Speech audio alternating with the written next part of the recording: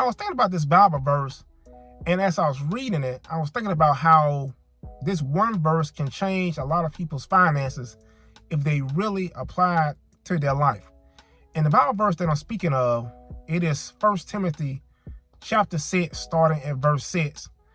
This verse states that godliness with contentment is great gain. For we brought nothing into this world, and it's certain that we can bring nothing out. And when I think about that first part, when it states that godliness with contentment is great gain, this is a powerful statement that if you are really trying to do well with your finances, that we should definitely apply to our finances. And the reasons why I said it, because a lot of people get themselves in trouble, keeping up with the Joneses. They get themselves in trouble with consumerism, materialism, and racking up debt and putting themselves in situations that cause them to be in a deficit, that cause them to struggle with their finances.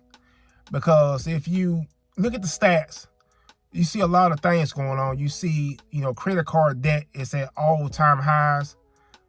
You see people, financing vacations with their credit card, financing, material items with their credit card, stuff that they want but don't need. And it's so very important that we understand that godliness with contentment is great gain. If you don't have it, it's okay to just be content with what you have. It doesn't mean that you can't strive. This verse is not stating that. It doesn't mean you can't strive for bigger, strive for better, strive to, do better with your finances, anything like that. But it tell you to be content. If you are in a situation to where you don't have it, you have to use wisdom. You have to use your wisdom to say, hey, I don't have it right now. It doesn't make sense for me to put myself in a situation to where I'm using my credit card to be able to finance a vacation that I can't really afford. It's just using wisdom. You just being content with what you have until you can really do better and really afford it.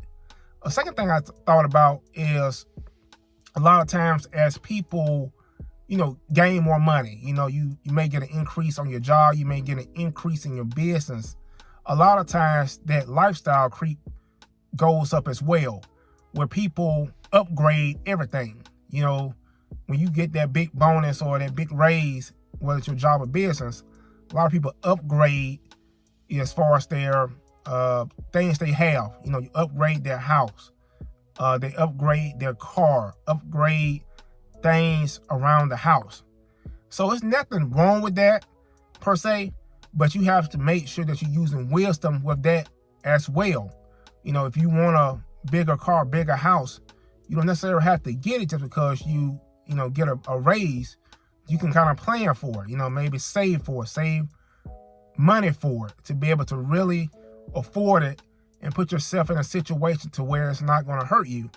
If you want a bigger house, it's okay to want bigger and better, but do it in a way to where you are really saving, you really plan for it to put yourself in a situation to where it won't hurt you going forward.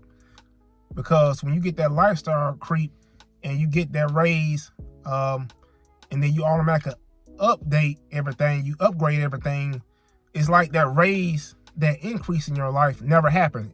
You're basically back at zero because you have a new house, you have a new car, you have new stuff around the house, and now you're back at, the foundation one. That's why it's very important to focus on keeping that gap, big, the amount that you make and then the amount that you have going out. But what happens is with lifestyle creep and people not being content, what happens is your income is right here, and then you buy more stuff, and your debt and your money going out is right there with it. And it's like you never did anything. That's why it's very important, I thought, with this verse, being content. Godliness with contentment is great gain, because it can really save a lot of people.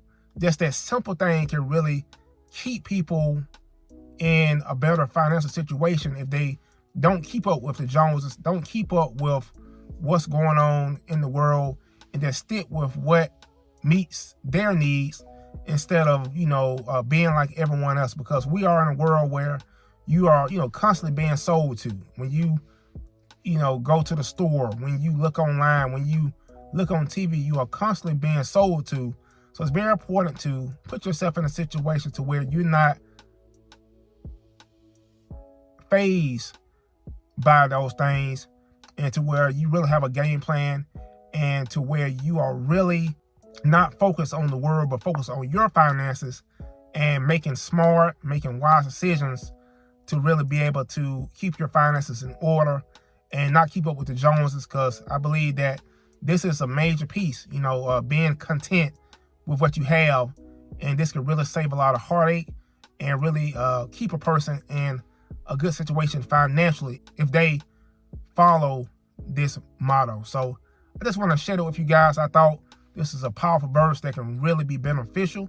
Let me know in the comments what you guys think about this conversation.